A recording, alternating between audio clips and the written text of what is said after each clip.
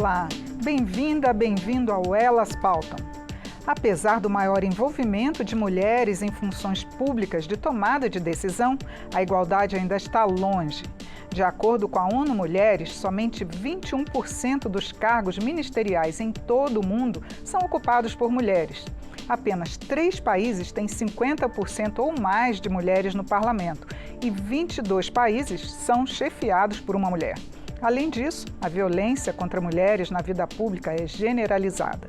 Mulheres em funções de liderança lutam contra a falta de acesso a financiamento, ódio e violência online, normas discriminatórias e políticas de exclusão que tornam a ascensão na hierarquia ainda mais difícil. Mesmo com os avanços na busca por igualdade de gênero, as mulheres ainda enfrentam barreiras significativas, seja na política, em corporações, esporte, instituições associativas ou nas carreiras profissionais.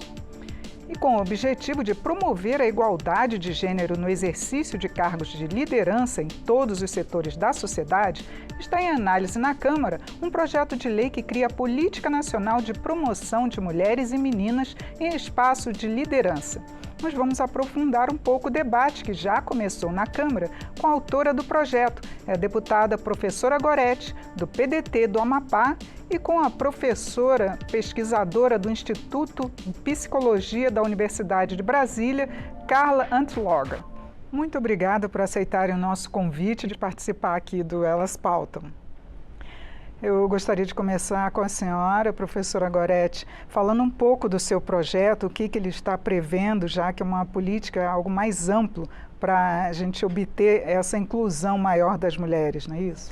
É isso. Por tudo que você falou, nós sentimos a urgência de propormos um projeto de lei.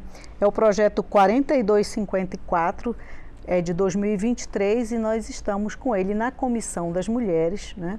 Tivemos agora um pequeno atraso por esse processo eleitoral, mas o projeto ele visa promover uma política nacional de promoção de mulheres e meninas em espaços de liderança, né? Tão necessário e urgente para que governos e entidades privadas, né, instituições privadas possam, de fato, ter um orientador na perspectiva da promoção de mulheres e meninas cada vez mais preparadas para exercer lideranças onde elas quiserem, né? Onde elas tiverem vontade de atuar. Então, esse é o motivo principal do projeto de lei, e eu entendo da urgência de nós tratarmos dessas questões, porque nós temos dados mostrando o quanto nós ainda precisamos avançar, mas é preciso criar políticas públicas, né, que dialoguem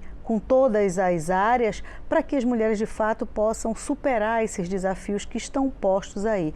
E preparar as meninas, né? As meninas elas precisam ter ambientes onde elas possam entender o que é uma liderança, a importância da participação delas, né? Nós precisamos fomentar isso cada vez mais e urgente para que meninas e mulheres sejam de fato reconhecidas e valorizadas pelo tanto que nós mulheres podemos contribuir, especialmente com boas políticas públicas, né? Não só nos governos, mas também na iniciativa privada.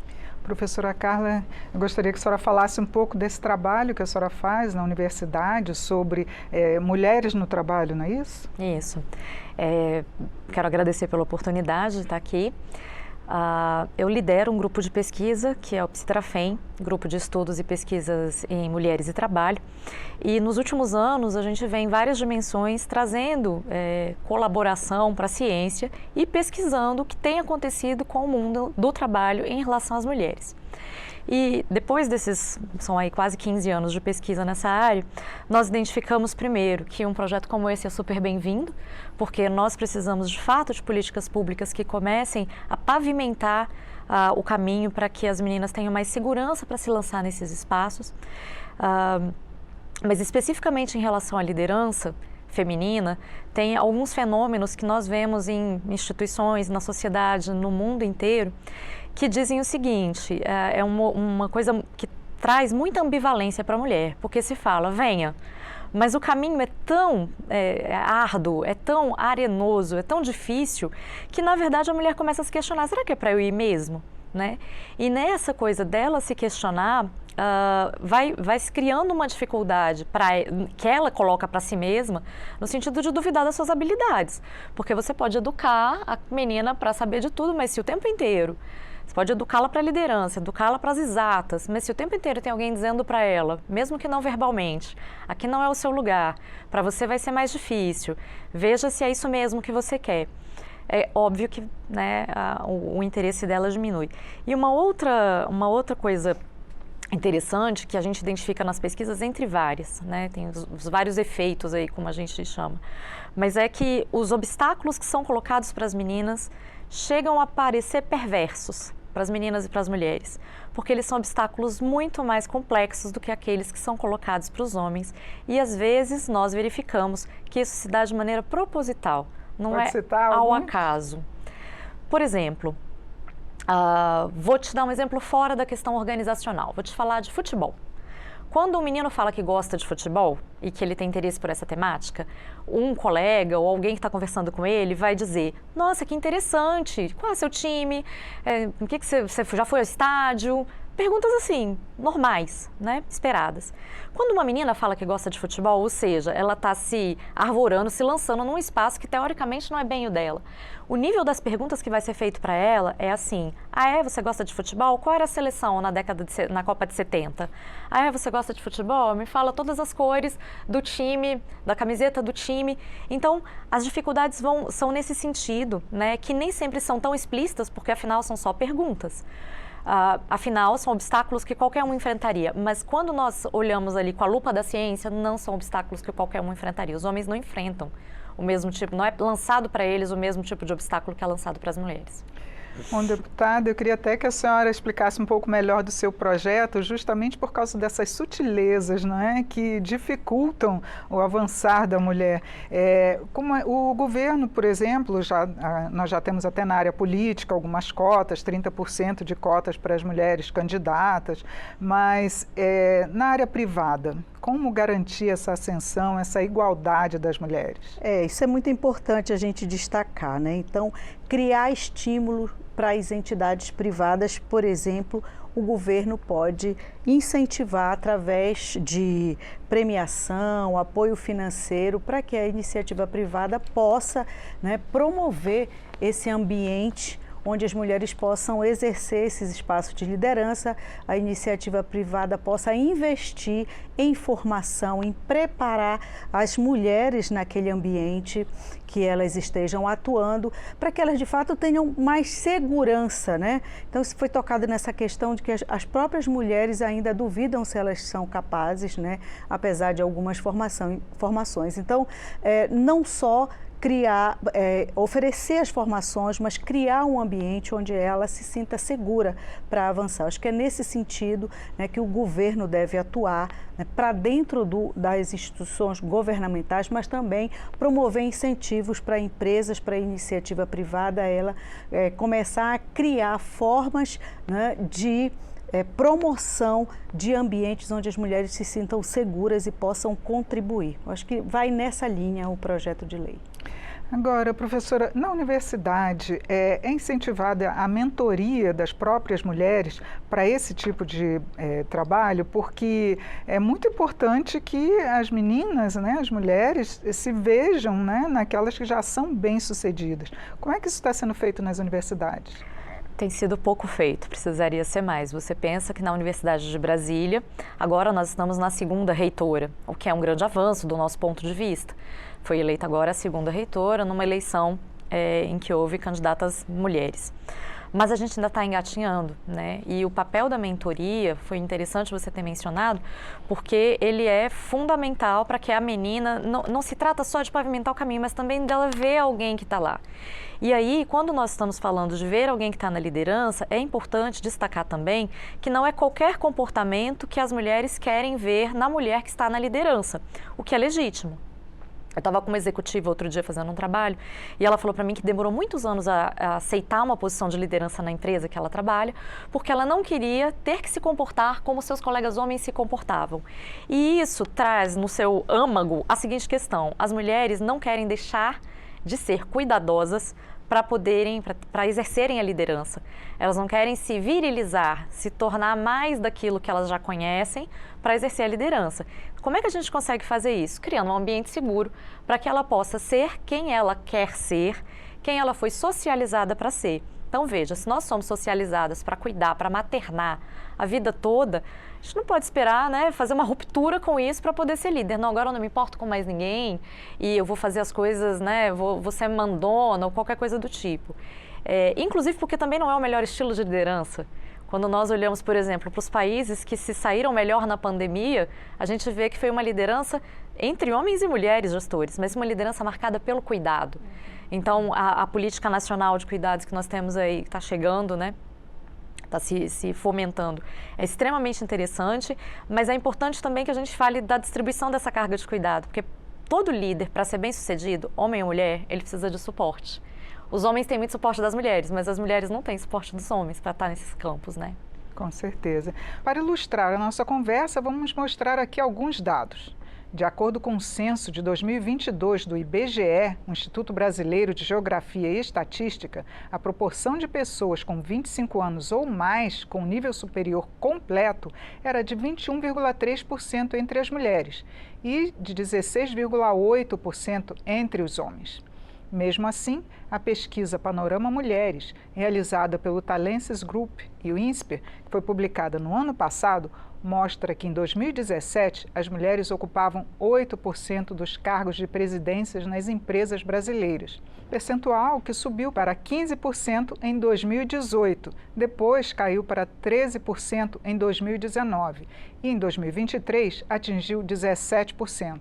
Mesmo assim, apenas 17% dos cargos de presidência são ocupados por mulheres. Já nos cargos de vice-presidência das empresas, o número subiu de 18% em 2017 para 34% em 2023. Professora Goretti, eu gostaria que a senhora avaliasse como é que pode se mudar esse cenário. Bem, você disse aí uma coisa bem forte, né? No Legislativo nós representamos 17%, né, de mulheres, apenas 17% do número total de parlamentares. E a gente sofre violência política de gênero diariamente, né? Isso todas as deputadas podem falar. Esse é um desafio gigantesco, que é a construção mesmo de uma nova mentalidade. O mundo mudou, o mundo vai continuar mudando e nós precisamos colocar mulheres, sim, por conta dessa desigualdade social que nós temos, por conta dessa desigualdade de gênero, né? Por conta desse não acesso às mulheres, com toda a sua força e energia e sua capacidade, né, para, junto com os homens, construirmos boas políticas públicas, né? Acho que esse é um caminho muito importante. Sem o olhar e a participação das mulheres, né, nos espaços, especialmente espaços como do poder legislativo, onde nós possamos estar pensando boas políticas públicas, né, construindo legislação para proteger de violência e para empoderar as mulheres, nós não vamos mudar esse cenário de tanta desigualdade social. Então, é necessário que cada vez mais as meninas e as mulheres sejam incentivadas com uma boa infraestrutura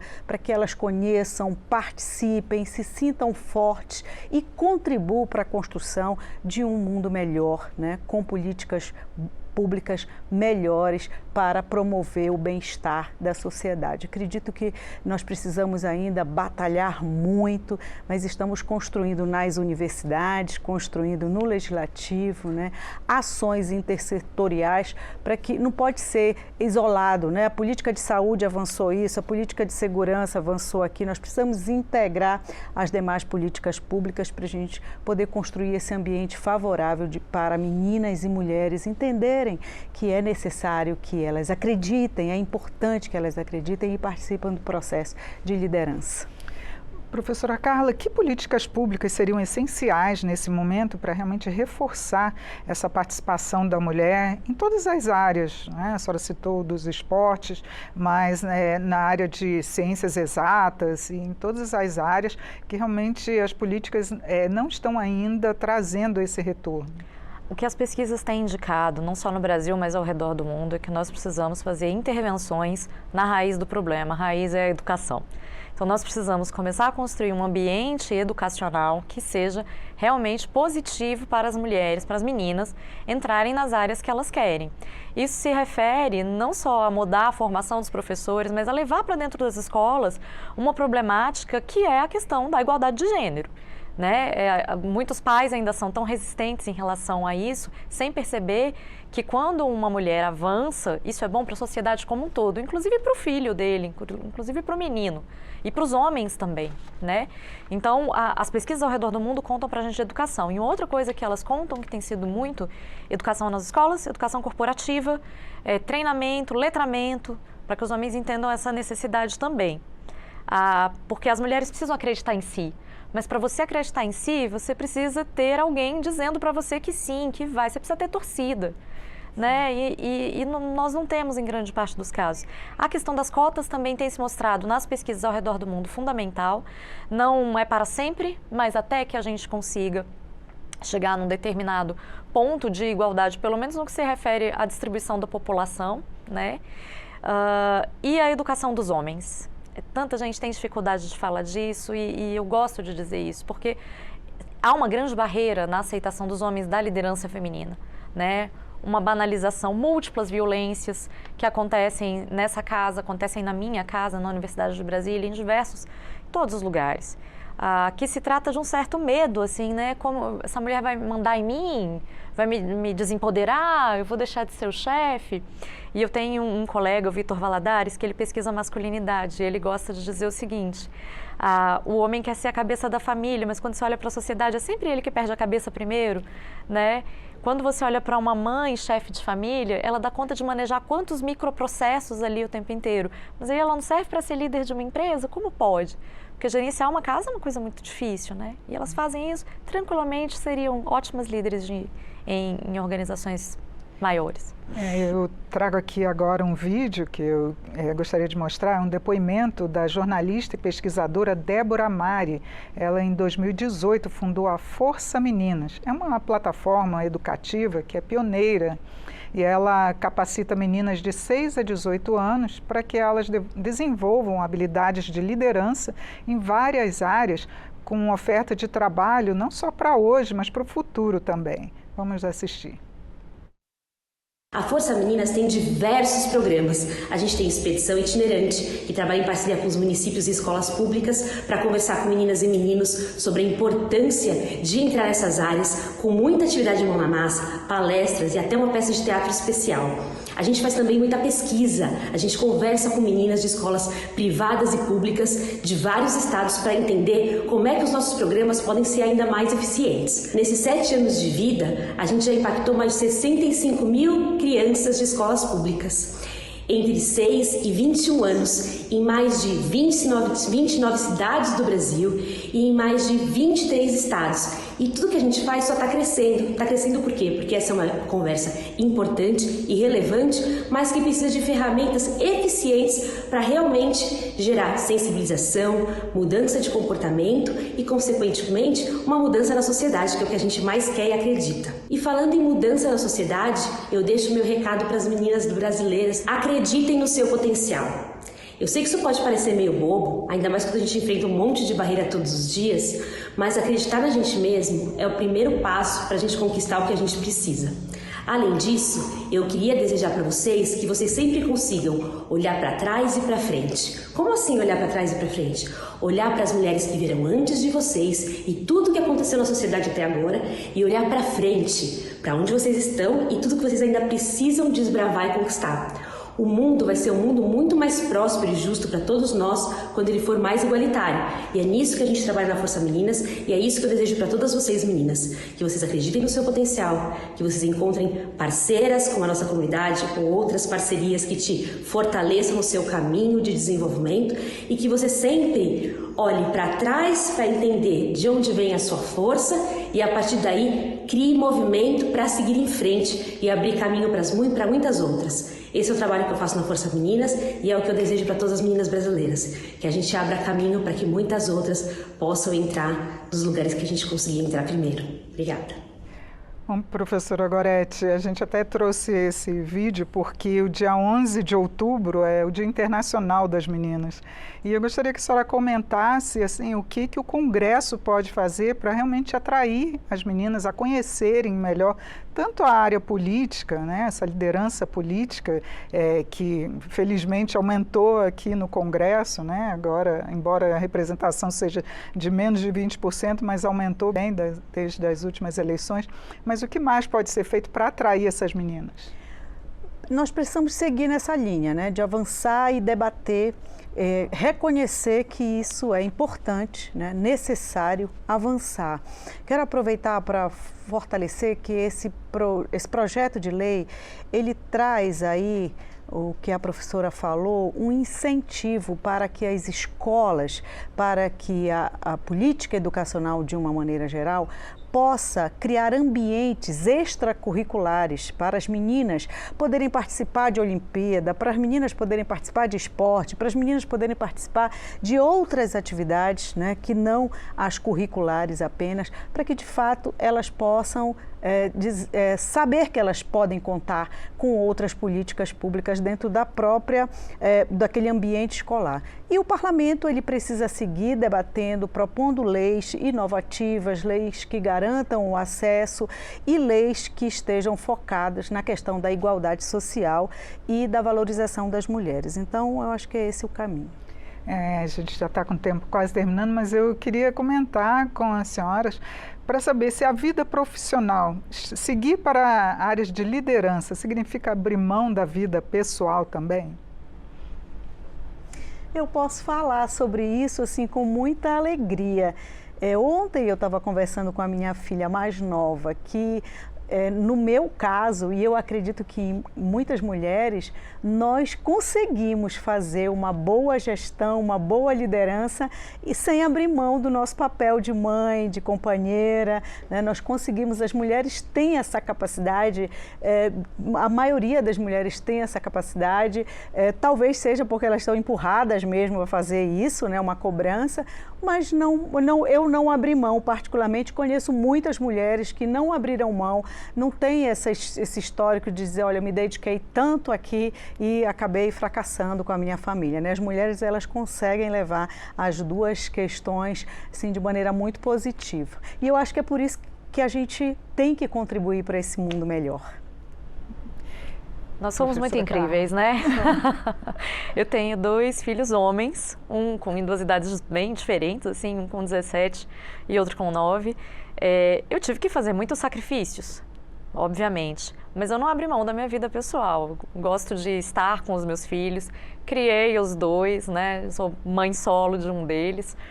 E eu acredito que esse caminho é possível, e principalmente a gente não abrir mão da nossa essência e das coisas que nós julgamos importantes, dos nossos valores. No meu grupo de pesquisa, que hoje é bem grande, a gente tem mais de 50 pessoas, eu me esforço muito para fazer uma liderança cuidadosa e vejo como isso faz diferença. Então, não abrir mão da vida pessoal, seguir o caminho que eu quis. Obviamente, precisei de muito suporte, pago e não pago, mas é possível, você não precisa abrir mão de ser quem você é para poder chegar no espaço que você almeja.